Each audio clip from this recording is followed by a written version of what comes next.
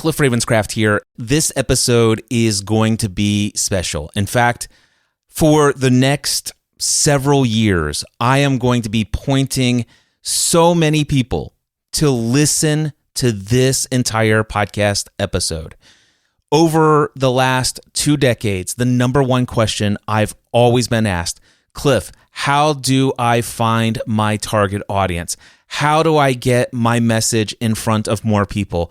How do I grow my email list? And most people expect me to say, go start your own podcast. And while I definitely think there's a lot of value in having your own podcast or multiple podcasts, there has never been anything on the face of this planet, in my mind, that will get you the best results of putting you in front of more people who are exactly your ideal client than being a guest on other people's podcasts, where your target audience is consistently tuning in. I have been podcasting for many years. At this point, I have 52 podcasts. I have over 4,700 podcast episodes.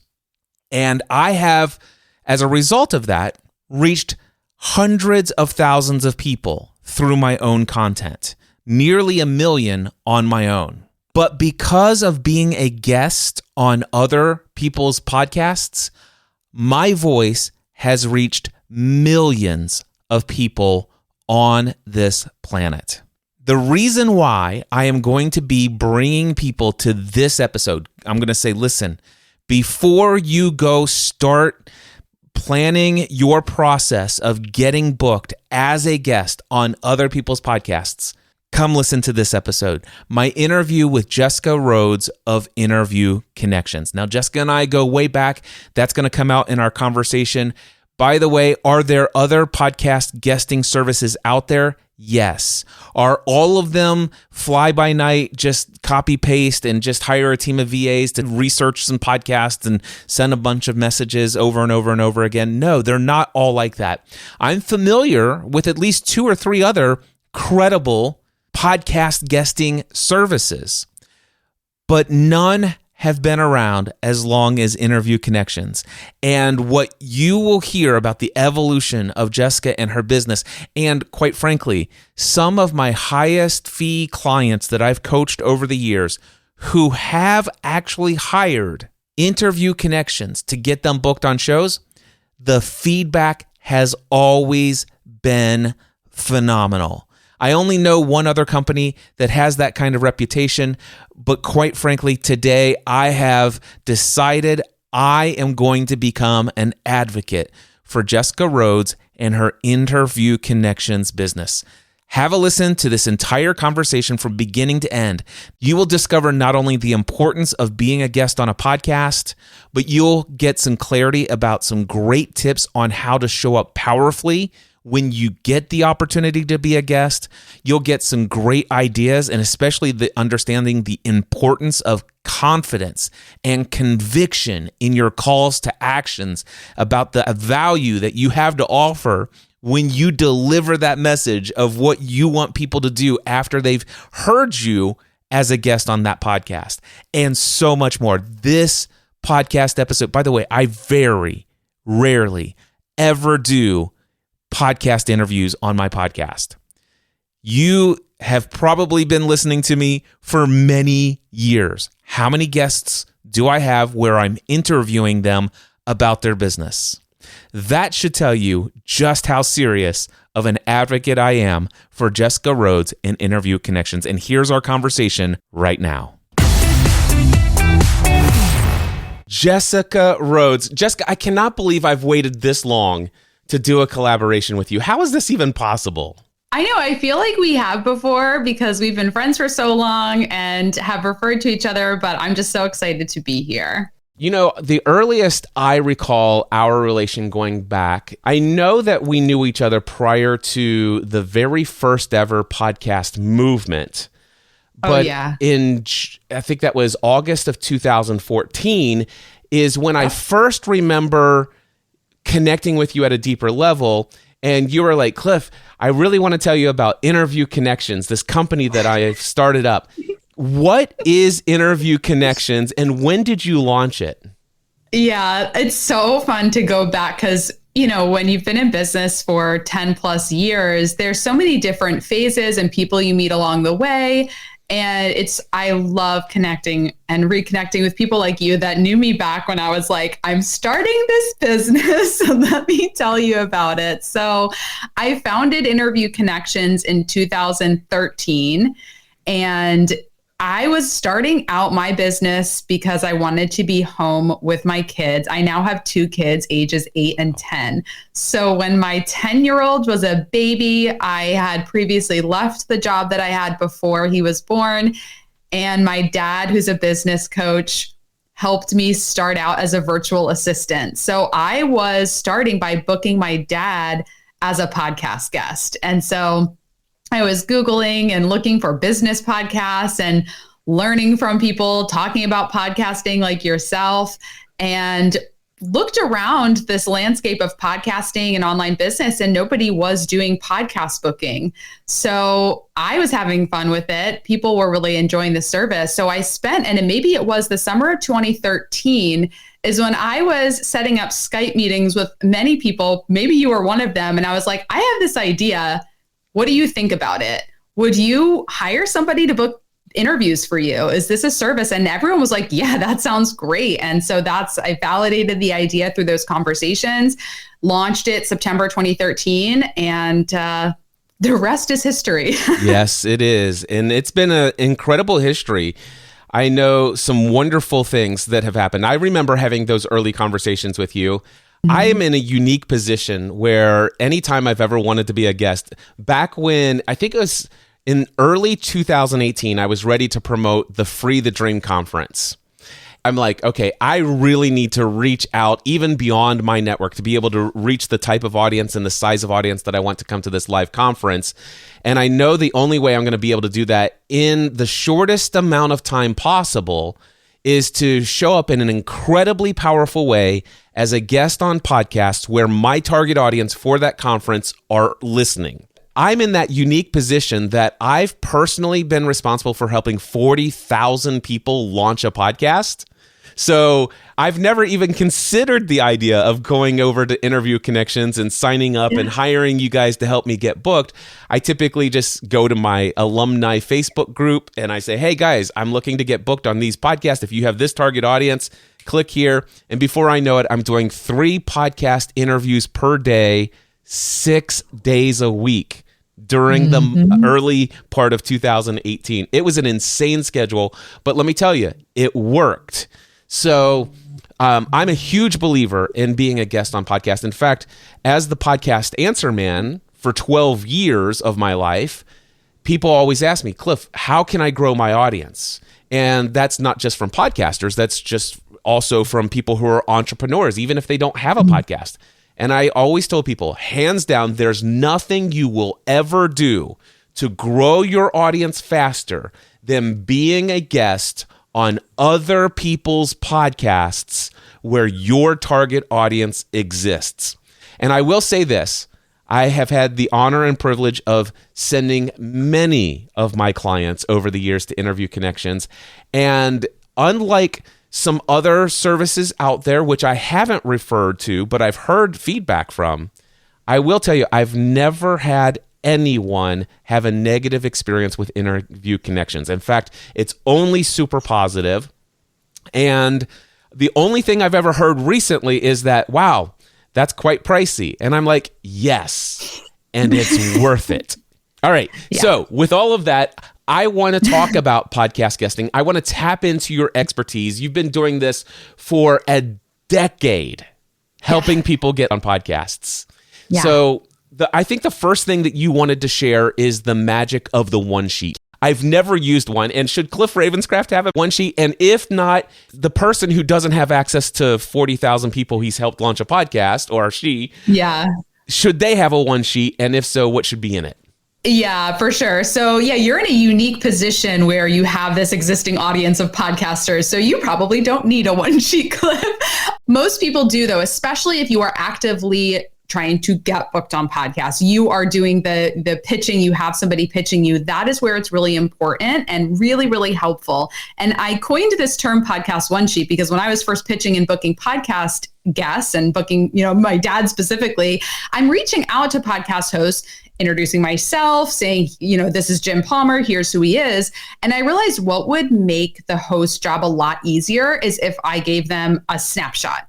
This is the bio. This is who it is. These are some topics you could talk to them about. These are some questions you can ask them. From there, it makes the host job really easy to say yes, because as a podcast host, when somebody pitches a guest to us and says, hey, you should have this person on your show, they're so amazing. Okay, they sound amazing, but that sounds like a lot of work to figure out, okay, how do I introduce them? What topics should I ask them about? What questions should I ask? So number one, the one sheet is just a great way to help make the host job a lot easier. And also when you're getting booked on podcasts with a goal in mind to promote a conference, to promote your book, to promote your podcast, it's ideal if you're being asked questions that are relevant to the thing that you want to promote. Like you can go, like one of my most memorable podcast interviews was I went on the Walking Dead cast because I became friends with the host at Podcast Movement. That had nothing to do with Interview Connection. So I obviously was not talking at all.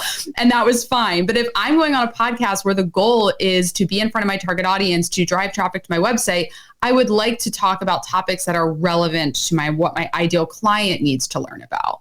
A one sheet is, for me, the understanding of this, it's like what PR companies have had for people who are trying to get on television and stuff like that.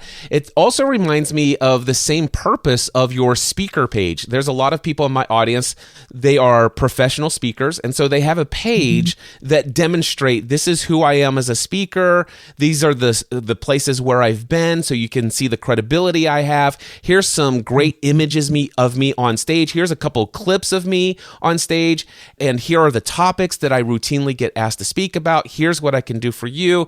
So it's really just in one page.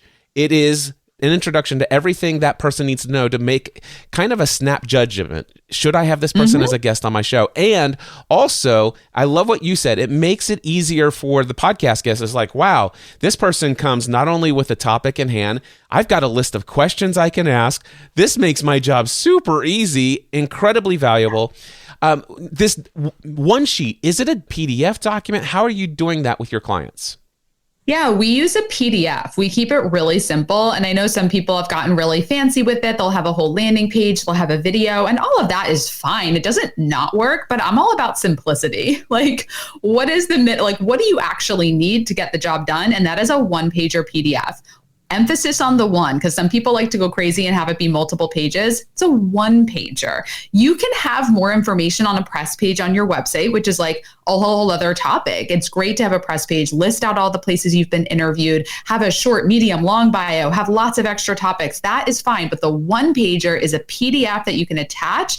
A lot of podcast hosts like to, well, I won't say a lot. I have met several that like to print it out. So keep that in mind with the colors and the design, because podcast hosts like to close out all distractions and just have it on their desk and have it there, to read. So those are just some of some of the background information when you're considering how to design it and how long it should be and things like that. I love that. Is there anything else that we need to talk about one sheets? One sheets are pretty cut and dry. So just stick with the bio topics questions, keep it cleanly designed, and you're good to go. Awesome. I love it. So the next topic I want to talk to you about is crafting the perfect interview. So what are some of the components that are necessary that make a really impactful interview so that you show up and you make an impact in such a way people want to know more about you? They want to follow you afterwards. They want to sign up for whatever it is that you're offering.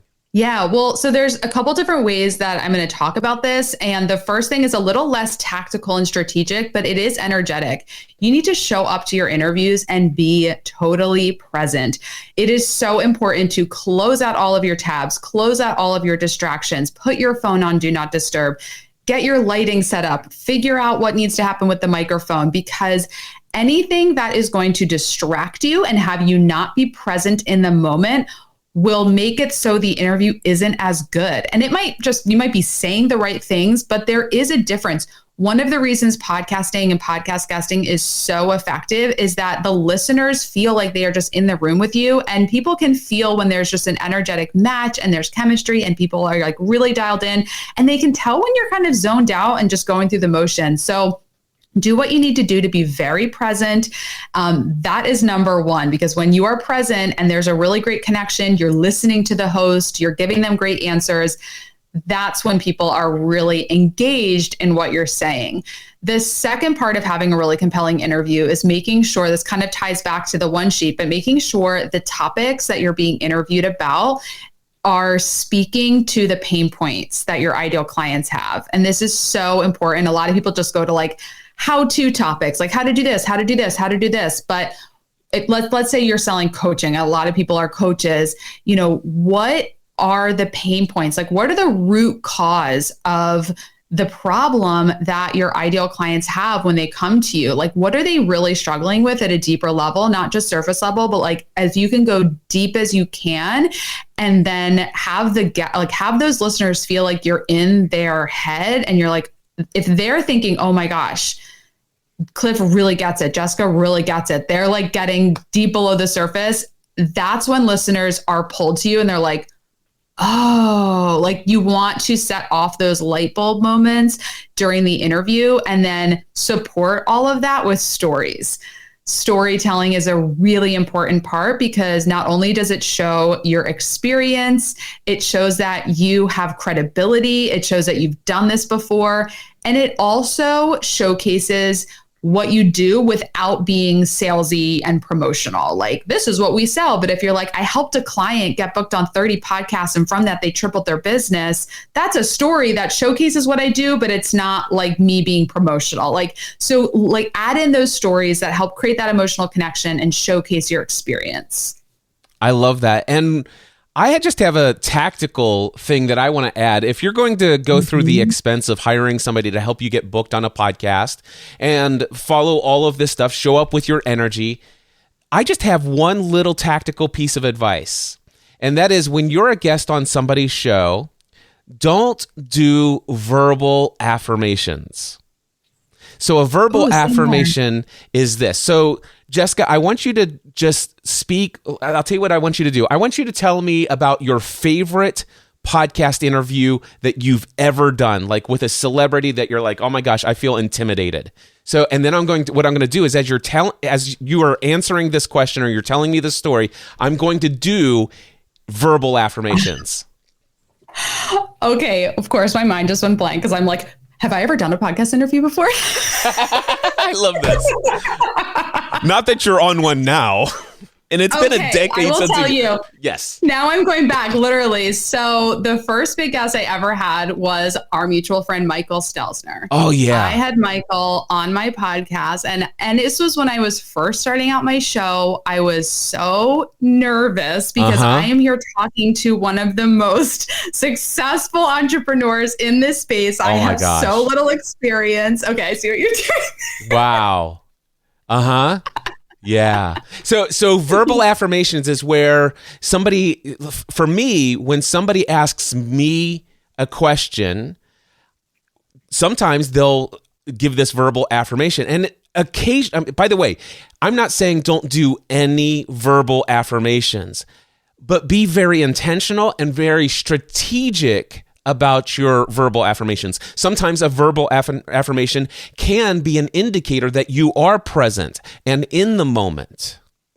But one of the things that those who are not seeing right now, this is being done as Jessica and I are recording this live. It's being streamed live on the internet. So we have video going and she is doing affirmations. So she is nodding and I'm seeing that affirmation. But sometimes, by the way, we might be on Skype. I just did an interview with my dear friend Megan Porta yesterday and we were on Skype and she didn't have her video on. So I'm like, well, I'm not going to have my video on and have to smile my cheekbones all in, get locked up by the end of the hour.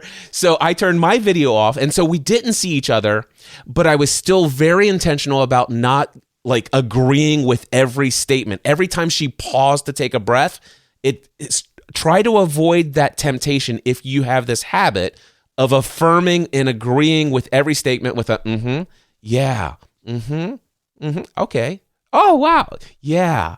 Because if you listen to about a 30 or 45 minute or an hour long interview, that can get quite annoying. So it's just a tactical thing. But if you're going to pay to get booked on as a guest on a show, show up and it'll help you sound more professional if you've found that you've been doing this already. That is such a good tip. And that is something that I learned, but I've never reiterated back as a lesson. So I love that you said that. And I learned it just by listening back to my own podcast and hearing myself do that. I was like, shut up, Jess, stop. So if you don't know if you're doing it, listen to your own interviews and see if you are. And the amount of like how annoying it is will make you stop really fast. So just listen to your own episodes. And I have people, Jessica, that say, I can't listen to my voice. I won't listen to my interviews. And my response is, my question is, do you want to improve how you represent yourself and your brand and your message? And they're like, well, yes, that's very important to me. Then you must listen to your interviews. Because you may have somebody interview you and they are incredibly gracious and they have hired somebody to take out all of your ums.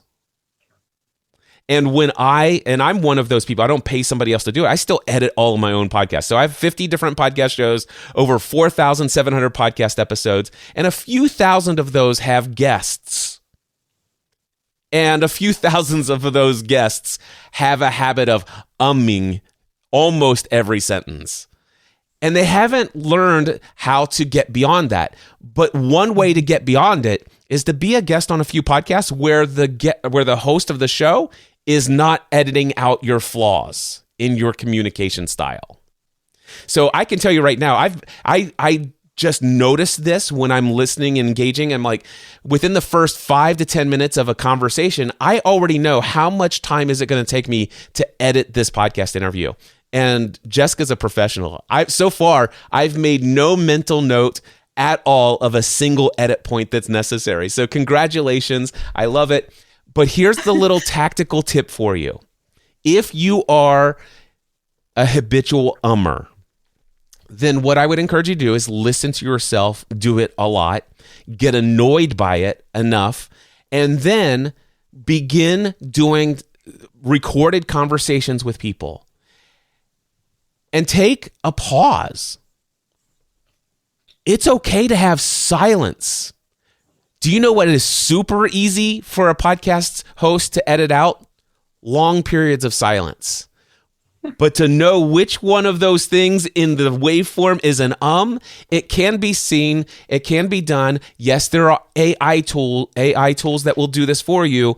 But for me, I never want to take out all of the ums if it's a natural part of conversation. So I never trust an AI tool to go out and look at a waveform and see what an is and remove it for me, because sometimes it takes out a natural flow of conversation. And so if a person is a habitual ummer, I'm going to leave in maybe 3 to 10% of their ums because they were tied to the beginning of a sentence in a statement.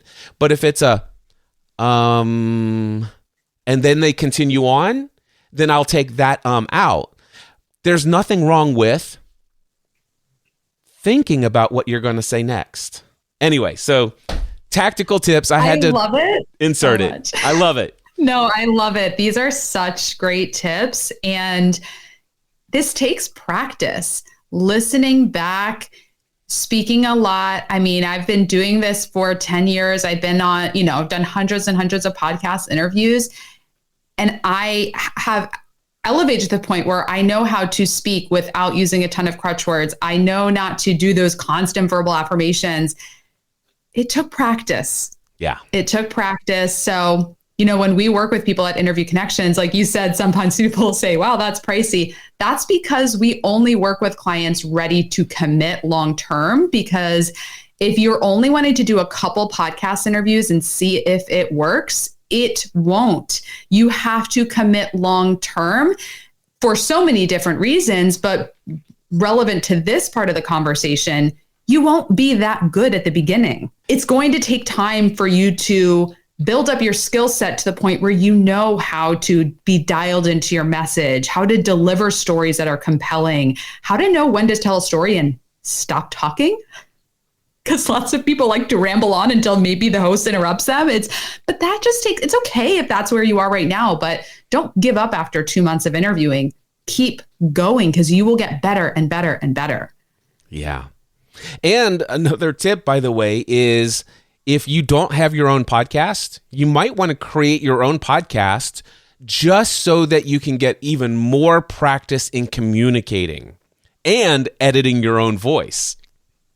Yes, absolutely. The best podcast guests also tend to be people who have their own show. When you have practice on both sides of the mic, you have practice interviewing, you now understand what it's like for the host when you're a guest and vice versa. Are there any other tips that you have on your end for that perfect interview? Yeah, well, the last tip is to give an effective call to action. And this is where a lot of money gets left on the table.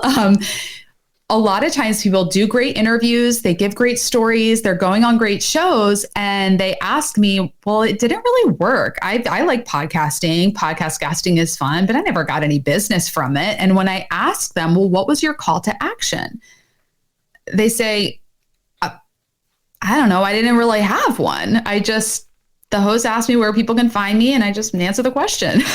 And yes, that is how the call to action will be teed up. The host will ask, where can our listeners connect with you? And the key there is to not list out the inevitable 10 places online where they could potentially find you.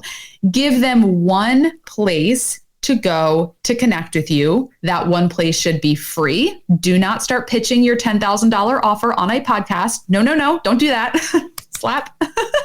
It should be free. It should be high value. It should be easy to spell, easy to remember. Most people are listening to podcasts on their phone. They're going for a walk. They're working out. They're not going to remember your hard to spell name.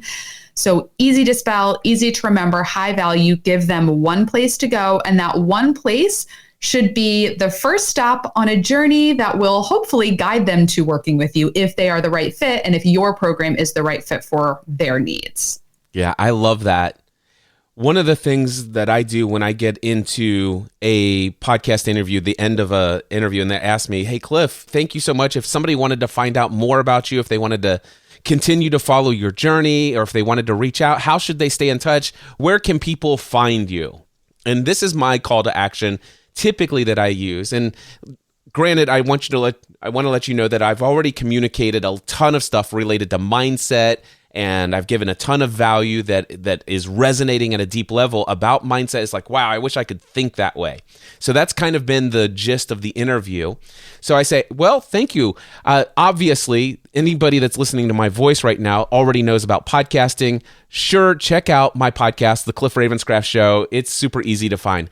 But if you really want value, I want to tell you about my opening keynote address to the Free the Dream conference. Now, I've given this talk at 20 or 30 different conferences.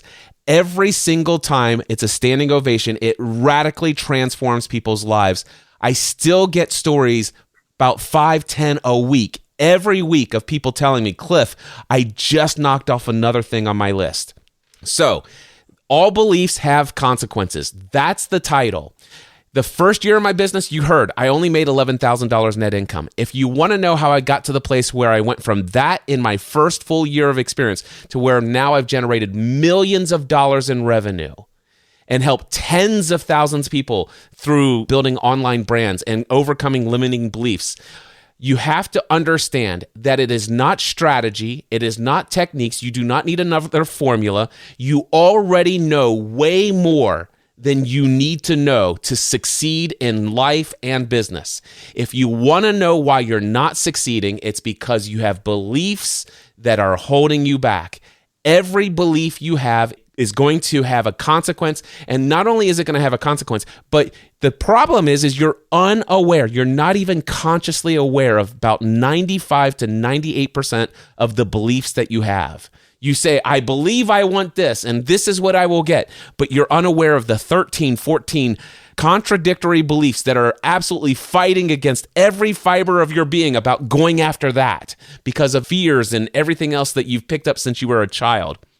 If you sign up for my All Beliefs Have Consequences talk, you will discover, number one, where your beliefs came from, how to become consciously aware of them, how to disassociate from them, and how to replace them with alternative beliefs. And you can get this for free, even though most people have paid thousands of dollars to attend conferences to get this advice. You can get it for free right now. This 1 hour video will absolutely transform your entire experience of life. You can get it for free right now. MindsetAnswerman.com/free. I love that. What I loved about that is how you communicated the values so confidently. And that's where I see a lot of podcast guests miss the mark. Maybe they don't believe, but they think they believe that what they have is a value, but there is this fear around authoritatively and with conviction telling listeners, this will change your life. Get this. It's free. Here's where to get it. Like, it's not just the content of what you're offering, but it is the delivery that is going to motivate people to actually go where you're telling them to go. Absolutely. And ever since I started giving that as my call to action, it's usually a huge influx of new subscribers to my mailing list. And there's a trailing response for about 3 to 6 weeks. And then it starts to trickle back down. And I'm like, okay, I should go get on another podcast. That's so good. I love it. I love it. All right. So the last topic that you gave me that you wanted to chat about is myth busting. There are a couple common misconceptions that people have around podcast audiences, the size of audiences, directory stats. I want to hear you air out all of your frustrations with the podcast community.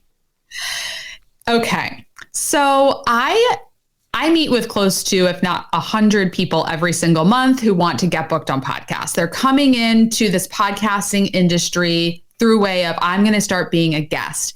And on so many of these conversations, they ask about the audience size, or what size show are you booking me on? Can I have a minimum benchmark of how many listeners the show has? And audience sizes are not public. Like, there's just no ifs, ands, or about it. The only person who knows how many downloads their podcast has gotten is the person who logs into their hosting account and can see the stats. And what you and I have both seen over this course of many, many years in podcasting is there's a lot of money coming into podcasting. There's a lot of businesses coming into podcasting. And one of those types of businesses are podcast directories, software services where they say, sign up, few bucks a month, you're going to get this directory. You're going to be able to find all these shows to be a guest on. And guess what? I'll even tell you how big their audience is. That is a big fat lie. Like, they don't know. They are guessing how big a show's audience is because they're using some algorithm where they get the host's social media following. They look at how many ratings and review the show has. Maybe they're using some SEO data about the domain authority, and then they're just guessing. And it's just, it makes me so angry because it's all in the fine print of the website, but most people aren't going and doing that research. And so there's just lies. I have talked to friends in the podcast space. I'm like, all right, I'm going to get the free trial of this site and just do a little fact checking. Okay. They say that your show has this many downloads. Is that true? And they're like, no, it is not true. So that is the myth I am committed to busting till I'm blue in the face, is audience sizes aren't public. And you can get immense value, lots of leads, lots of clients, so much growth from small podcast audiences, from audience. Like, one of my most memorable times was I had Jan Alunga on my podcast years and years ago. And he was promoting a product he had. I think it was like a $500 product. And I came on, I brought him onto the show like, yes, you can pitch your paid product because my audience needs it. And by the time the show had been downloaded 75 times, within like a day of it releasing, I had like 75 downloads. He had already made 5 sales. So that's pretty good. If you're in front of the right audience, you don't need 10, 20,000, 50,000 people to hear it. You just need to be in front of the right audience. So I'll get off my soapbox now, but that is what I always want to make sure that people know. I love that. I'm glad that you pointed it out. And it is true. As a matter of fact, Apple doesn't know how many subscribers to your podcast there are. They only know how many people are downloading and listening to your show through Apple Podcasts. And Spotify doesn't know. They only know how many people through Spotify. And same with Google Podcasts. They only know through Google Podcasts. Only you have access as the podcast host to how many people are downloading your episodes. And even that isn't absolutely accurate. There's a lot of algorithm that has to figure out how many people started your podcast, listened to it for 20 minutes, and then had to stop, and they finished it at lunch break, and that's the same IP address. But wait a second, what about a place where there's an IP address that's shared among 3,000 employees? What if 35 of those employees are all different, various independent listeners to your podcast? How can they figure this out? I mean, so there's so many things about podcast audience size and stuff of that nature. But one of the things that I want to just throw in there, and not many people think about things this way, but when I am looking to be a guest on someone's podcast, I'm kind of saying this publicly, and I'm just now realizing how many different of my audio podcasts because I think this is going to go into the Cliff Ravenscraft Show. It's going to go into the all new podcast Answer Man, and I think it's going to go in Cliff's Notes on Profitable Coaching. And I'm just hesitating. Do I say this out loud? But I'm going to. Sometimes I go to be a guest on somebody's show, not because I want to be exposed to their audience, but I'm looking to potentially have the host of that show become my client.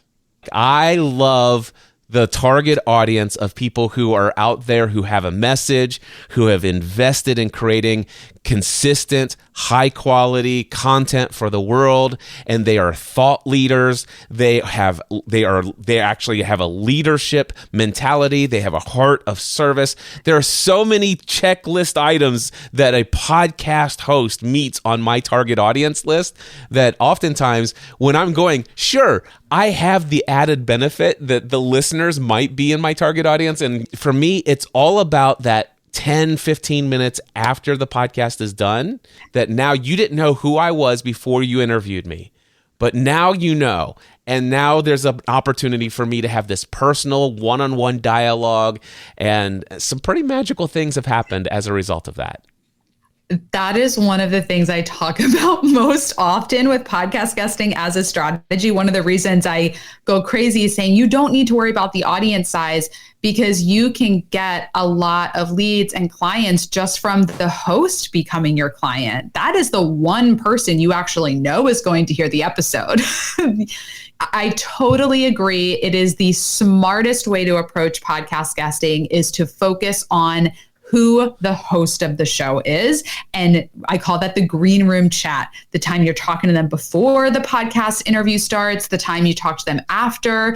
And one tip for our audience here is to listen while the host is interviewing you. If they start going off script, they start asking questions that are not something that they've pre-prepared or that you've given them. And I call them like asking for a friend questions. When they start describing themselves and they're like, well, let's say, for example, and they describe themselves, well, what would you say to that person? That's how you know they're starting to imagine themselves as your client and they want your advice. And what you can do to help inspire those types of questions is to tailor your answers to them. Learn about who the host is, read their bio, listen to another interview that they've done on another show so you get to know them. Because the more you can tailor your answers and your stories to that host, the deeper connection you have with that host. And when you have a deep connection with somebody, it's much easier for them to now think about working with you. Absolutely. Before I'm ever a guest on anybody's podcast, number one, I go and I listen to 2 or 3 of their other episodes, not their 2 or 3 most recent. Certainly they're one of their most recent, but I usually go back to like an early episode, like a episode 1 if it's available, and somewhere in the middle. And then what I do is I read their about page. I'm reading through their social media archive. I'm looking through their website. I am looking, and I go and find, I search for that person's name and interview in YouTube and on Google, and I look to see if that person's been interviewed before. I go through incredible lengths to find out every single thing I can find out about the person who's about to be asking me questions. It is absolutely a total game changer. It really, really is. And this just goes to show the importance of preparing. When you're a guest on a podcast, and if you've been podcast guesting and you're wondering, how do I get more results? Are you doing everything Cliff and I are talking about right now? Are you researching the host? Are you getting, prepared? Do you have a great call to action? All of these things go into a successful podcast guesting strategy. I love that.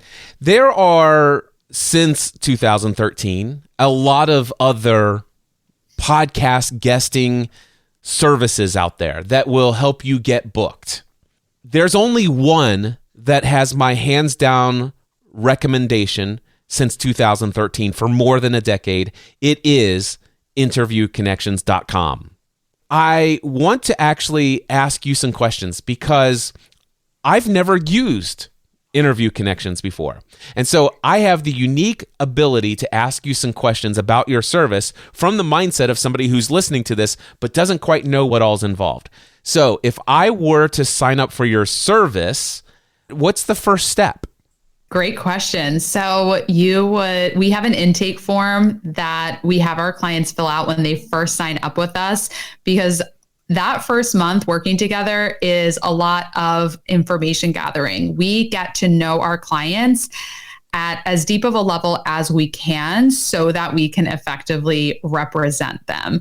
And sometimes we're like, can you just start pitching me tomorrow? Like, I have my bio. And we really take our time to get to know our clients, and we ask about, who is your target audience? What are your goals? What do you want to get out of this? What is your business? What are the topics you want to be talking about? What types of shows do you want to be a guest on? We like to ask, like, where are you at right now? Like, how many followers do you currently have across social media? Like, where are you at currently? Because then we want to see how far you've come once you have all this visibility. We create their podcast one sheet. So their bio, topics, and questions, we design that. We have a strategy call. We talk about, what is your call to action going to be? So that first month is really laying that foundation, that groundwork. And we also have a membership site with trainings and resources. So a lot of the tips we're talking about here, we have a portal. So a lot of our clients will go in and start self-studying and really learning and getting as much of this information as possible, so that when they're out there on the court doing the interviews, implementing, they have this knowledge from going through trainings and strategizing with our team. So that's what it looks like right at the beginning. So I just want to make sure I understood this. So the first thing I'm going to do is I'm going to fill out an intake form. And am I hearing it correctly that somebody on your team is going to personally be in touch with me and ask me questions, like over a Zoom call or something? And so you're going to be interviewing me to pull out some of the details. And then you guys are taking the intake information and the additional insight that you got from me. And are you guys creating my one sheet? Yeah. So number one, we have an amazing team. One of the things that makes it so some people say we're pricey is that we have full-time employees. They're all local. They're highly trained. They are really good at this. So you have a success coach at Interview Connections. That is your podcast success coach. So they are personally working with you. They're on a Zoom call. They're talking it through. Most of our clients, they will give us their bio, their topics, their questions. So we walk them through. We have some tutorials on how to know what your topic should be, how to write your bio. Sometimes, there's a nice little bonus if people pay in full. Well, I'll write their one sheet for them. So there are opportunities to have me personally walking you through that. So that is for our elite clients that make that investment. So they are giving us that content, and then we're helping to massage it and write it and finesse it and then design it. So we do the design. I love that. There are a couple of key things that you said there that really stood out to me. One is we have full-time employees. So this is, I think maybe in 2013, you probably were using some virtual assistants at the time. Oh, yeah. Yeah. Yep. But this you've evolved over the years. And this is something that is, by the way, it's new to me and probably is a great indicator as to why so many people rave about the experience that they have with you.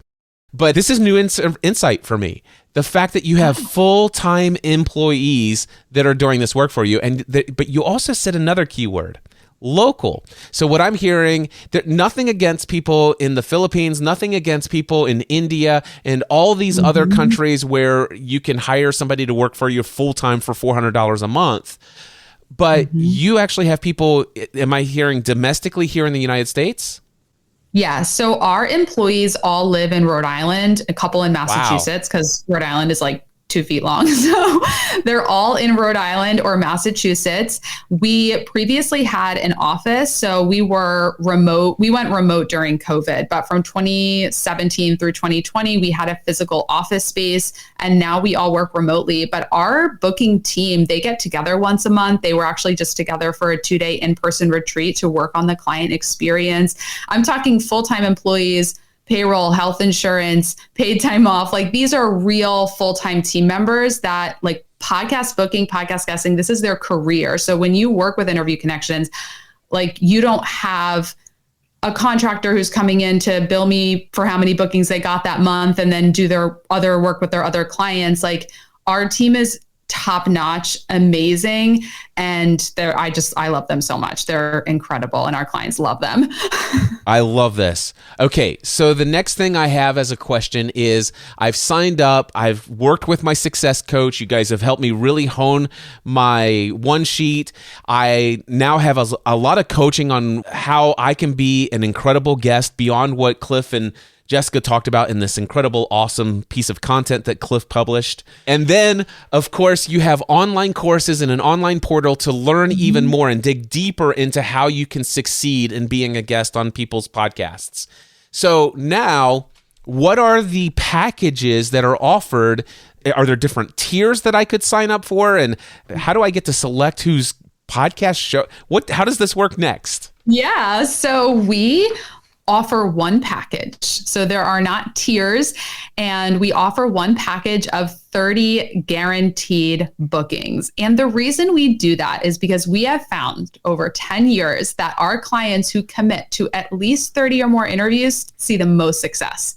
So we are not interested in working with clients and setting them up for a package that's not going to deliver them optimum results. I'm going to pause you right there. Hold on. I'm like, wow, how did I not know all of this? This is so amazing. I can't believe that. Okay, so, I'm going to become an advocate for Interview Connections from this point forward. That is so amazing. And here's what I can tell you right now. The people that I really want to go and sign up for your services, like me, they just got it. They just now picked up. You could speak like Charlie Brown's teacher, mwah, mwah, mwah, mwah, mwah, mwah, for the rest of this episode. It doesn't matter. The people that I wanted to hear about Interview Connections has just made the decision to sign up for your service. And by the way, the ones who haven't been convinced yet, they're not your target audience. It's perfectly fine. Nothing against them. You can go out and hire virtual assistants to bug me like crazy with the stupid copy-paste emails that are not personalized, and I hate them. Not that, I'm sorry. I'm okay. All right, continue on. Yes, so we offer 30 podcast bookings. Again, that is the minimum number of podcasts you should do to start seeing momentum, start seeing success. And I'd like to touch on the timeline because people ask why. People ask, well, can I cancel after 3 months? And we need to take a moment to talk about timeline because we're unique right now. We're streaming live, but most podcast interviews and the people who hear the audio recording aren't hearing it right now. They're hearing it, I don't know, whenever you're going to publish this. So when you get booked on podcasts, let's say you're working with us, onboarding month 1, we are starting to send pitches in month 2. Most podcast hosts do not respond to a pitch the moment they receive it. Maybe they leave all their pitches in an email folder and then they go through them all on Friday. It takes time to hear back. It takes time to get a yes.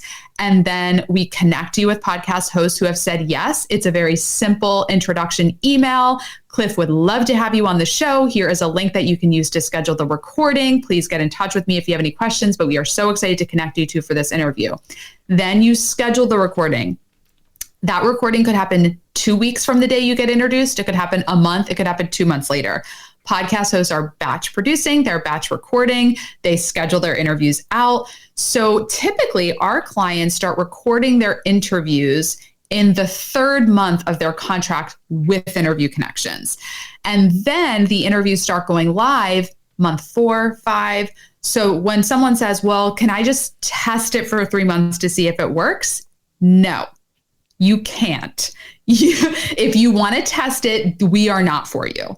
Go to a month-to-month service that doesn't have the confidence in delivering the service at the level of excellence that we do. So that's the answer. It's 30 bookings. Once you fit 30, you are seeing momentum, you are seeing results, you are feeling the confidence and the growth that podcast guesting helps you to achieve. I love all of that.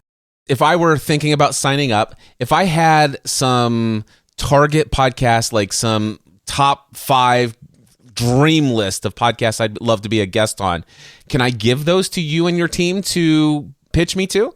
Yes, I am so glad that you asked this. So we call that a wish list. We welcome wish lists. We want to know your dreams. We want to know what shows you want to be a guest on.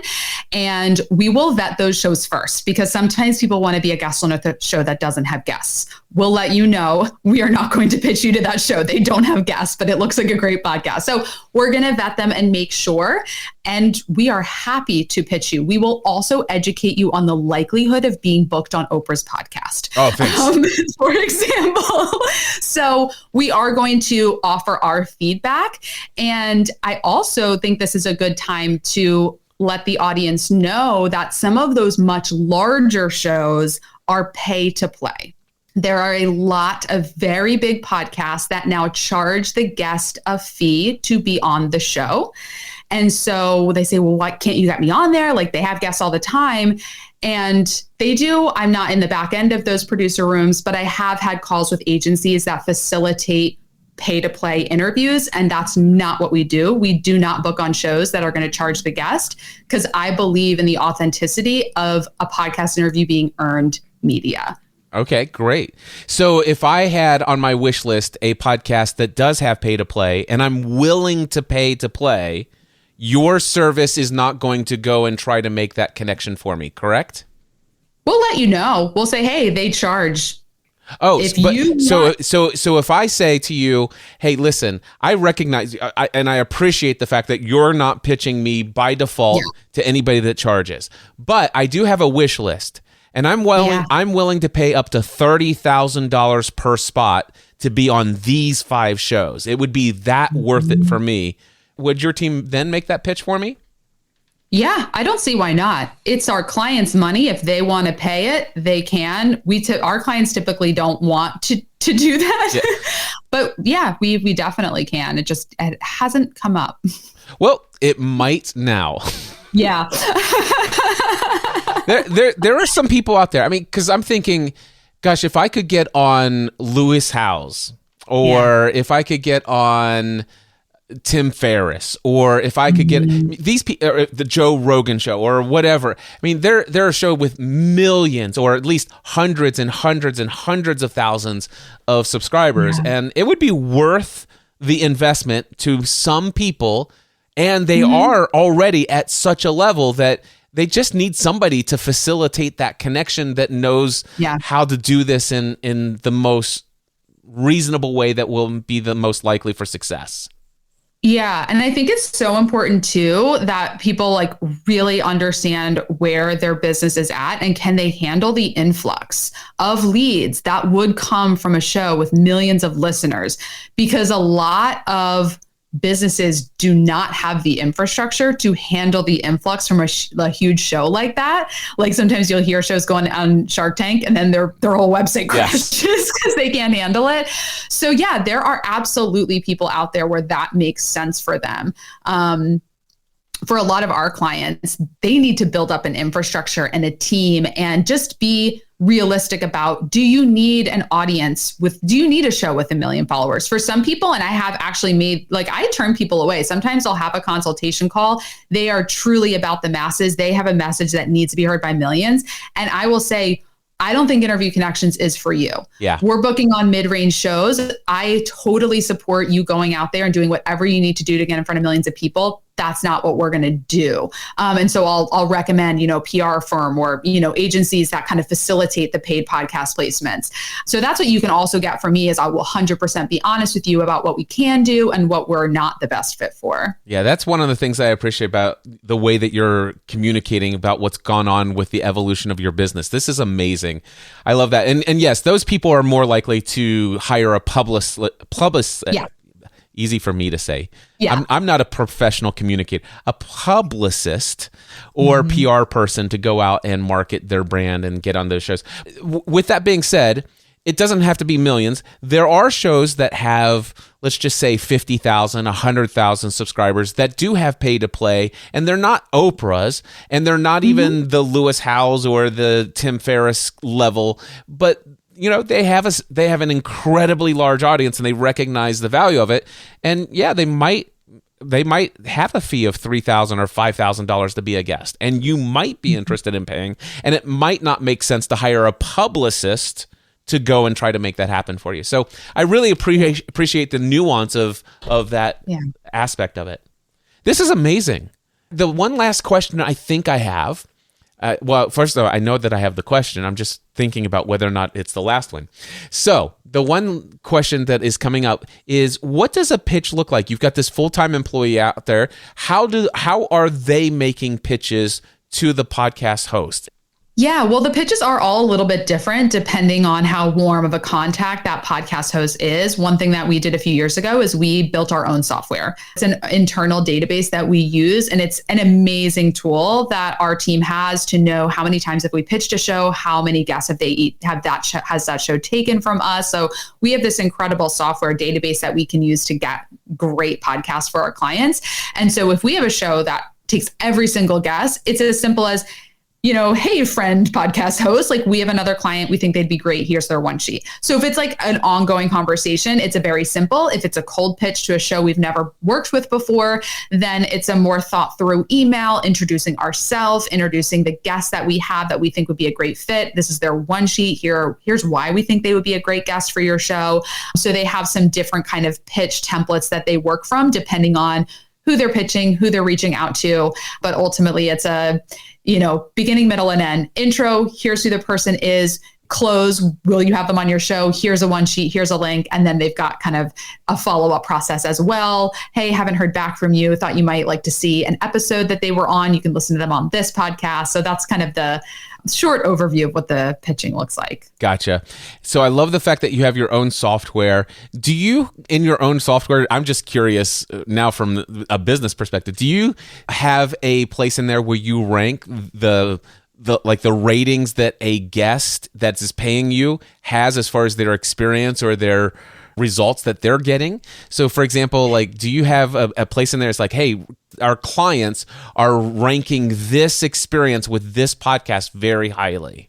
That's a great question. I don't know exactly how we're doing that. I don't know if it's a straight ranking system. I will tell you on the flip side, if we get negative feedback, we mark a show do not pitch. Gotcha. So we do steer, we do use it. We do take the intel we get, both positive and negative, and make that note so that we know, if a host ever tells us, I don't take guests, their mark do not pitch, we don't pitch them again, which I'm sure, if you ever tell someone don't pitch me and they keep pitching you, you're pulling your hair out. So That's one thing that's very, very important to us, and why our reputation has stayed so strong is that we have really good systems on the back end to make sure that we're always going to the right shows.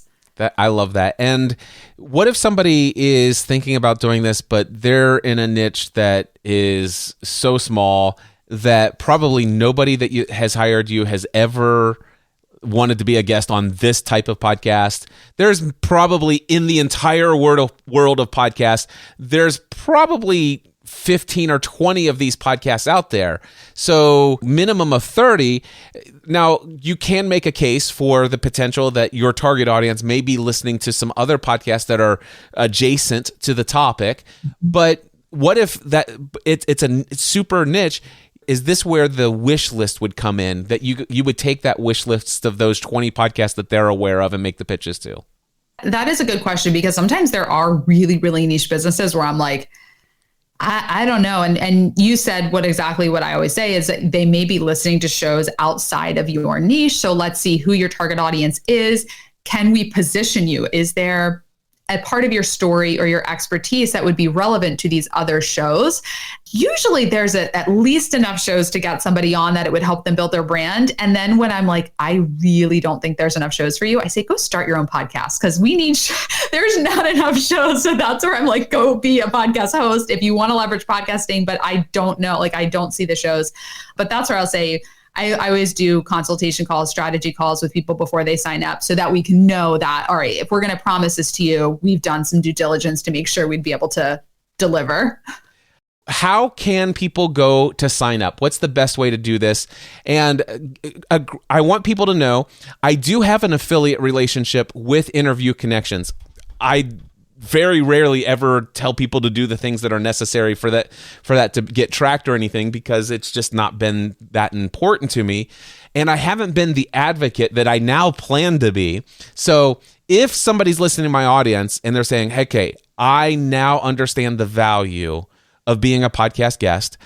I now know that I don't want just this fly-by-night other service out there that's working with people outside of the country doing their copy-paste pitches. I really like the level of what I'm hearing here, and I would like for Cliff to get whatever affiliate commission is coming his way. How do people do that? Yes. So please go to interviewconnections.com and schedule a consultation call. Full transparency, I don't have a sales team. You will talk to me personally. So just click the link that says schedule a consultation call. There is a box that says, how did you hear about us? Just put Cliff. There you go. You're my only Cliff. So just put Cliff. And then I will make sure that I immediately put Cliff as the referrer, so he gets what he deserves here for featuring us. But just reach out, schedule a call with me. Let me know that Cliff is who told you about us, and then we'll have a conversation. Again, when you have a consultation call with me, what you see here is what you get on a call. We're going to talk about your business, your goals, your target audience. We'll see if our service is a match for you, and then we'll get you signed up and get going. So I do encourage you to schedule a call. If you're like still listening an hour in, then it's time to schedule a call, because that means you're interested in. You're ready. Let's do this. About it. So just head over to interviewconnections.com and put Cliff in the How Did You Hear About Us section. Yes. Jessica, I am so delighted we had this conversation today. You blew my mind with just how far your business has come over this past decade. I already had super high regards. I wouldn't have even offered to do a collaboration with you otherwise. But my esteem for what you are doing in the world today, you watch how many people come your way from this moment forward. I can't wait to be this advocate for interviewconnections.com. Thank you so much for your time today. Thank you so much, Cliff. That means so much.